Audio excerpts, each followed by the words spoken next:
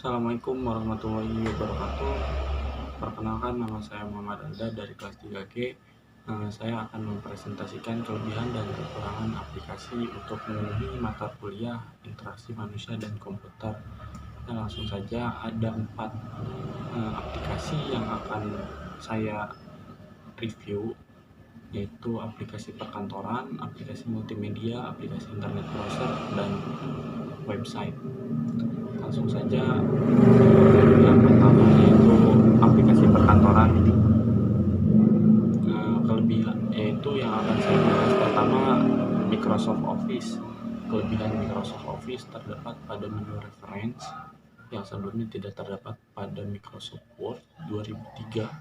Pada menu ini terdapat cara untuk memudahkan membuat daftar pustaka, daftar isi, atau sebagainya. Microsoft Office juga dapat membaca semua file dari semua versi Office yang ada. Terdapat Smart Art, memiliki preview dari setiap icon tentang pengaturan halaman apabila kita dekatkan kursor pada icon yang kita pendaki. Gaya tulisan yang lebih terbaru, ukuran file yang dihasilkan lebih kecil, dan tampilannya lebih menarik.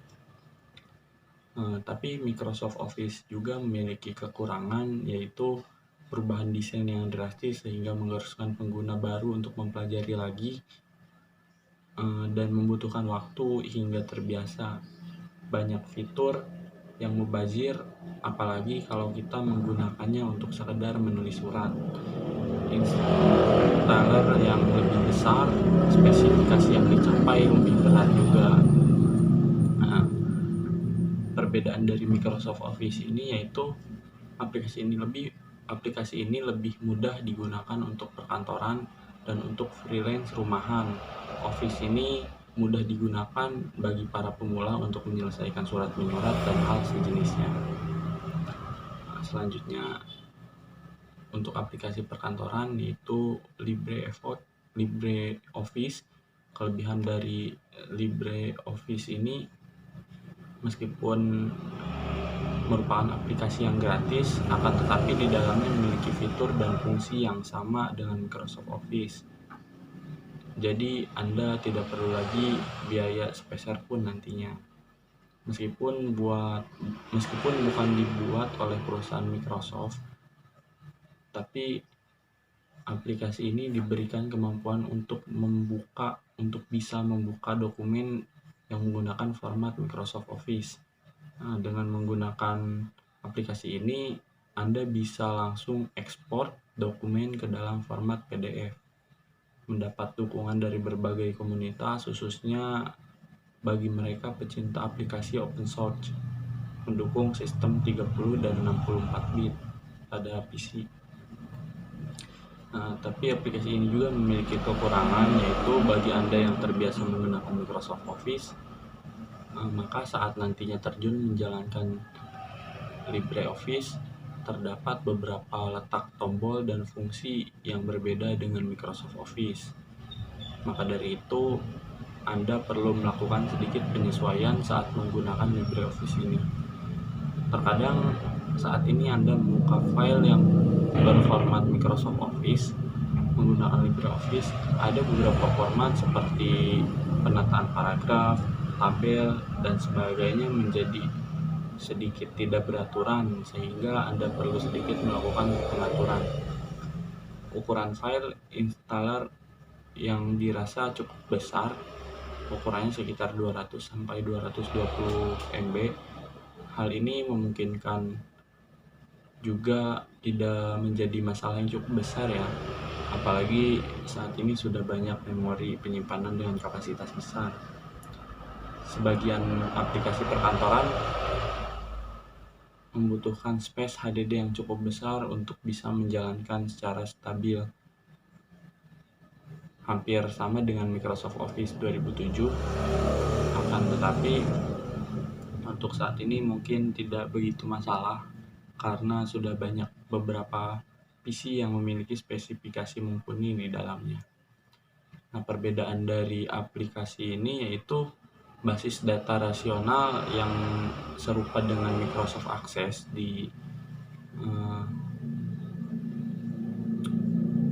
Microsoft Office. Di LibreOffice itu ada base, memungkinkan pembuatan dan pengaturan basis data, penyusunan formulir, dan laporan untuk kemudahan akses data oleh pengguna akhir. Selanjutnya yaitu OpenOffice. Kelebihan dari OpenOffice ini tersedianya source code berdasarkan pada banyak platform, kompatibel dengan format Microsoft Office dan format Office lainnya. Format open dokumen yang terbuka dan fleksibel, ekspor ke PDF, dan format lainnya dengan sangat mudah, akses database yang transparan dan luas, sangat customizable, wizard untuk konversi dokumen Microsoft Office, user interface yang konsisten antar dokumen. Nah, kekurangan dari OpenOffice ini yaitu rakus dengan daya komputer. Terus OpenOffice ini tidak mampu membuka file dari Office Word dengan baik. Nah, perbedaan dari aplikasi OpenOffice dengan aplikasi kantor lainnya, OpenOffice ada perangkat lunak perkantoran yang di dalamnya terdapat fungsi pengolahan kata, word processing, pengolahan lembar, spreadsheet, pembuatan gambar drawing, pembuatan presentation, pengolahan data, web editor, database, dan formula editing. Lanjut ke aplikasi multimedia. Yang pertama kita akan membahas Winamp. Kelebihan dari aplikasi ini, sebuah thumbnail taskbar baru dengan kontrol pemutaran preview, membuat lebih mudah mendukung video audio populer dan video termasuk format 3GP, AAC, AVC HD, MPEG port, WMV, dan WME. Fitur aliran musik dan video ke PC lain menjalankan perangkat yang kompatibel di sekitar rumah. Dengan remote media streaming, Anda dapat menikmati musik atau video pada PC rumah Anda dari jalan. Nah, terus kelebihan selanjutnya itu gratis. Terus kualitas video yang lumayan soft, bisa diganti skin dan temanya. Kekurangan dari aplikasi ini tidak kompatibel dengan file 3GP, pengaturan kurang banyak, dan usage memory yang lumayan besar. Perbedaan dari aplikasi ini yang sekarang merupakan suatu cabang Time Warner, Winamp merupakan perangkat lunak freeware atau shareware multi-format yang skinable. Windows. Selanjutnya aplikasi Windows Media Player. Kelebihan dari aplikasi ini yaitu dalam segi kualitas suara lebih bagus dibandingkan multimedia player yang freeware. Bisa mudah menambahkan atau mengurangi kecepatan media player klasik saat memutar video atau audio. Dapat memutar hampir semua format file audio, video, misal format AV, MP4, MVG, WMV, VOB. Nah, tapi kekurangan dari Windows Media Player ini tidak kompatibel dengan file 3GP, bukan berarti tidak memutar file 3GP ya, hanya tidak kompatibel saja dengan format file 3GP. Pengaturan kurang banyak, kalah bersaing dengan Winamp, usage memory yang lumayan juga. Perbedaan dari Windows Media Player ini Windows Media Player ini merupakan bagian dari platform Windows Media yang dikembangkan oleh Microsoft. Sesuai dengan namanya, Windows Media Player ditugaskan untuk melakukan operasi playback terhadap berkas multimedia digital berformat Windows Media Format atau audio layer 3 atau MP3. Selanjutnya yaitu VLC Media Player. Kelebihan dari aplikasi ini dapat memperbaiki masalah sinkronisasi audio, video, atau subtitle, dapat mengontrol pemutaran melalui web, memiliki fitur audio efek yang bagus. Kekurangannya hanya satu, yaitu memiliki kelemahan keamanan kritis yang dapat memungkinkan peretas mengakses komputer pengguna. Selanjutnya perbedaannya, software multimedia pemutar video, audio, musik terbaik dan sangat bagus dalam menampilkan gambar, video, Blu-ray, animasi, dan lainnya. Jadi itu perbedaan dari VLC Media Player.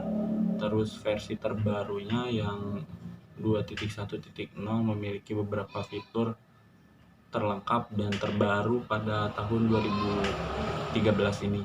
Software pemutar video terbaik akan menampilkan berbagai macam format tipe video dengan kualitas high definition dan tampilan yang cemerlang. Nah, mungkin itu beberapa aplikasi dari multimedia. Selanjutnya saya akan mereview aplikasi internet browser. Yang pertama akan saya review yaitu aplikasi Google Chrome. Kelebihan dari aplikasi Google Chrome ini lebih hemat RAM, lebih aman, lebih responsif, maksud saya mendeteksi kata kunci, desain UI yang minimalis. Nah, kekurangan dari Google Chrome ini, salah satu kekurangan dari Google Chrome adalah terjemahan yang kurang baik. Banyak sekali spam di situs pencarian. Lalu Chrome juga memiliki underline download otomatis yang dikhawatirkan akan disalahgunakan oleh hacker.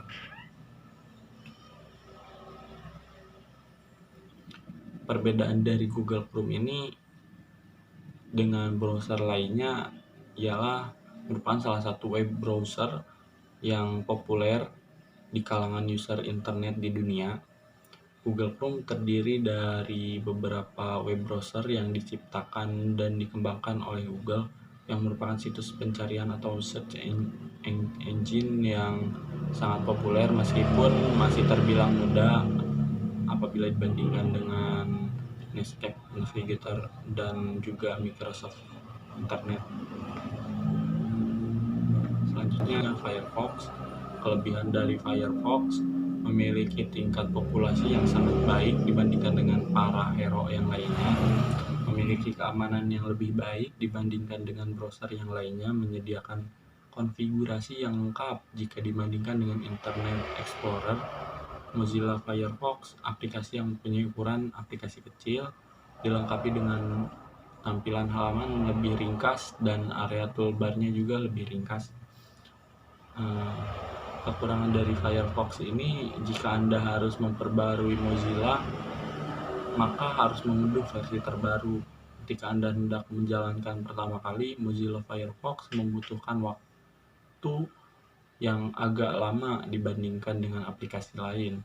Perlu diketahui bahwa Mozilla Firefox bukan merupakan aplikasi yang terhubung dengan Outlook atau Outlook Express ya. Perbedaan dari Firefox ini, browser ini lumayan sedikit ringan dikarenakan hanya sedikit program yang berjalan, dan browser ini masih belum lengkap untuk tools internet dibandingkan dengan Google Chrome. Selanjutnya Microsoft Edge.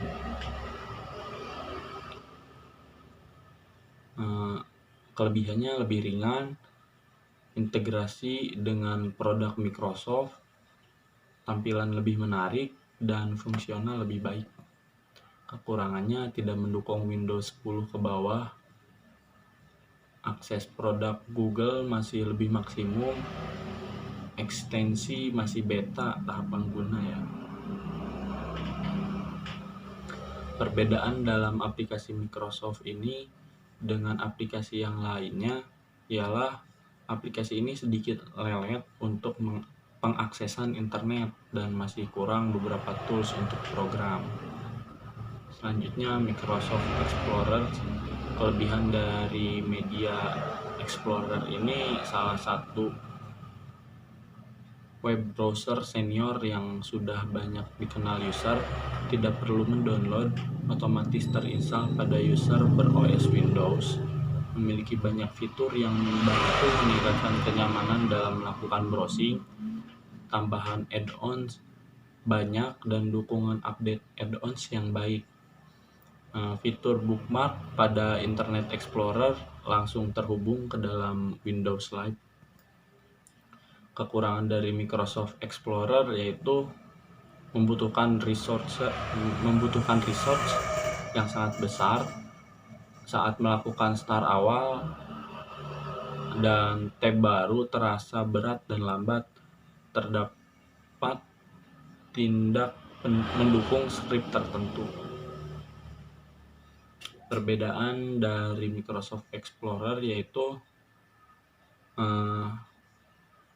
aplikasi ini masih jarang digunakan oleh masyarakat umum sebab untuk tahun ini Internet Explorer sudah ditutup dikarenakan kurangnya efektif untuk pengguna dalam menggunakan internet. Nah, itu beberapa aplikasi dari internet browser. Selanjutnya saya akan mereview beberapa website. Yang pertama saya akan mereview mengenai Shopee. Kelebihan dari Shopee ini memiliki aplikasi yang mudah digunakan, terus cara pembayarannya beragam, mempunyai fitur COD, sering memberikan promo menarik juga, pembeli bisa mendapatkan uang. Tapi kekurangan dari Shopee ini customer service-nya lambat dalam membalas, ketentuan promo gratis ongkirnya juga ribet, terus sering menemui penjual yang kurang baik kalau di Shopee. Nah, selanjutnya ada Blogger. Kelebihan dari Blogger ini usernya friendly, mudah digunakan untuk pengguna. Pendaftaran akun baru mudah dan praktis ya. Bisa dimodifikasikan sesuai dengan keinginan pengguna, bisa digunakan untuk berbisnis online, bisa memiliki beberapa blog dalam satu akun, dapat membuat halaman page, maintenance-nya juga mudah. Kekurangan dari Blogger ini yaitu tampilannya sederhana dan biasa saja. Menulis artikel di Blogspot kurang leluasa, terikat dengan peraturan Google, masih memiliki resiko banned, template bawaan sangat sedikit, rentan terhadap virus dan rentan terhadap hacker. Mungkin itu saja beberapa aplikasi yang bisa saya review. Kurang lebihnya mohon maaf. Wassalamualaikum warahmatullahi wabarakatuh.